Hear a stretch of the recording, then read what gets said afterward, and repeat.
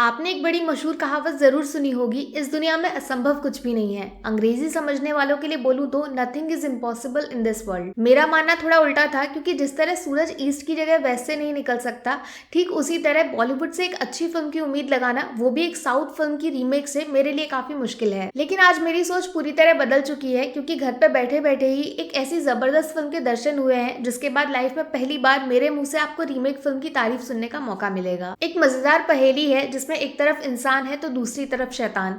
सवाल वही पुराना है, भूत आत्मा ये सब हकीकत में एग्जिस्ट करते हैं या सिर्फ दिमाग की भूल भुलैया है जिसमें अक्सर आंखें धोखा खा जाती हैं? जवाब ढूंढिए और फिल्म को उसकी मंजिल तक पहुंचा दीजिए। सुनने में काम काफी आसान लग रहा होगा ना, बस यहीं पे आप मात खा गए।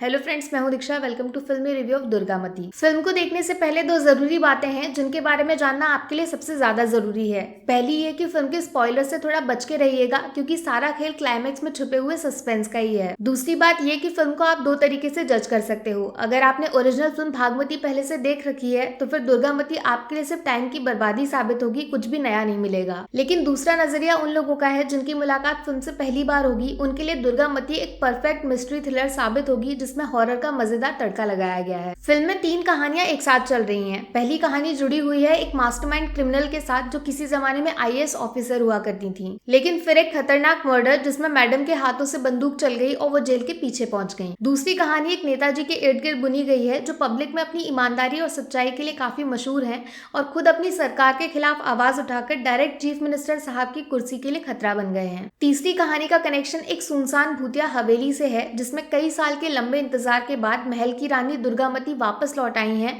और पिछले जन्म में अपने साथ हुई नाइंसाफी का बदला लेना चाहती हैं। इन तीनों कहानियों को आपस में जोड़ता है एक अजीबोगरीब चोरी वाला मामला जिसमें शहर के अलग अलग मंदिरों से कुछ कीमती मूर्तियां गायब होना शुरू हो जाती हैं, जिसका इनडायरेक्ट कनेक्शन नेताजी के साथ जोड़कर क्रिमिनल मैडम को केस की इन्वेस्टिगेशन के लिए जानलेवा हवेली का मेहमान बनना पड़ता है, जहां पे उनका सामना दुर्गामती से हो जाता है। आखिर शहर से चोरी होने वाली भगवान की पुरानी मूर्तियों के पीछे कौन सा सीक्रेट छुपा हुआ है और ईमानदार नेताजी का इससे क्या लेना देना है? चंचल चौहान एक आईएएस ऑफिसर से मुजरिम बनने को मजबूर क्यों और कैसे हो गई? प्यार या फिर धोखा? आखिर बंदूक से गोली निकलने की वजह क्या थी? और ये दुर्गामती की सच्चाई क्या है? क्या वाकई मरे हुए लोग दोबारा दुनिया में वापस लौट सकते हैं या फिर इंसानी दिमाग की बीमारी है जिसने एक भूत को जिंदा कर दिया?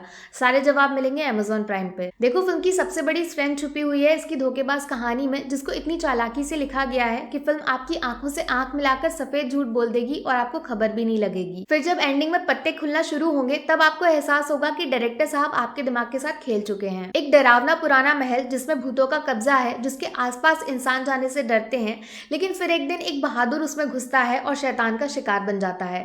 कॉन्सेप्ट काफी सुना सुनाया सा लगता है ना, लेकिन हकीकत में फिल्म इस सब से काफी ऊपर है। चेहरे पे लगे हुए एक मुखौटे की तरह समझ लीजिए, जिसके हटने के बाद दुर्गामती की सच्चाई सामने आती है। ये एक ऐसी फिल्म है जिसमें आपकी मुलाकात असली भूत से होगी, यानी इंसान के दिमाग में छुपकर बैठा हुआ लालच नाम का शैतान। कमाल की बात यह भी है कि एक ही फिल्म में हर टाइप के फ्लेवर मिल जाएंगे आपको। शुरुआत कुछ हॉरर सीन से होती है, उसके बाद लव रोमांस के गाने भी सुनने को मिलेंगे, फिर राजा रानी वाला इतिहास पढ़ने का मौका मिलेगा और एंड में दिमाग को हिलाकर रखने वाला एक खतरनाक क्लेवर सस्पेंस।